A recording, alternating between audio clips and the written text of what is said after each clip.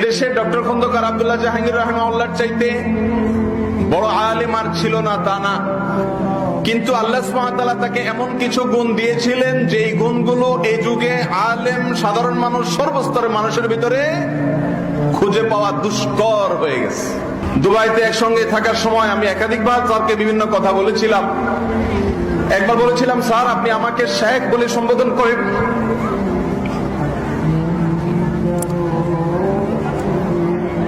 অথচ আমি আপনার সন্তানের বয়সের।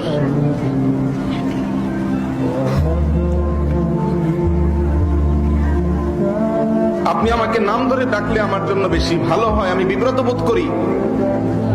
স্যার তখন বললেন যে উলামায়ে কেরামকে আমরা নিজেরা যদি মর্যাদা না দেই তাহলে সাধারণ মানুষ কিভাবে তাদের মর্যাদা দিবে?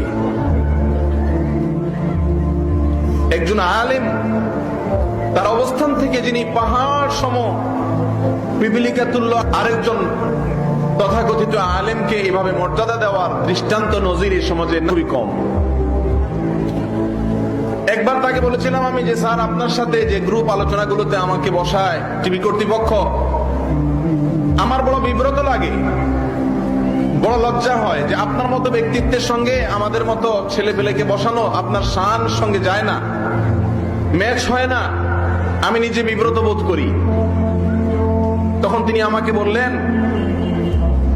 শেখ আমি আব্দুল্লাহ জাহাঙ্গীরের বয়স যখন আপনার মতো, তখন আপনি যে পরিমাণ অগ্রসর হয়েছেন, আল্লাহ আপনাকে যে পরিমাণ নিয়েছে আমি এত দূর যেতে পারি নাই। আমাদের মতো বয়স হতে হতে না জানি আপনারা কোথায় চলে যান।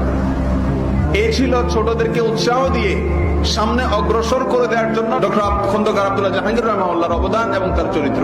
আল্লাহ তাআলা এরকম উত্তম চরিত্র আমাদের সকলকে ধারণ করার তৌফিক দান করুন।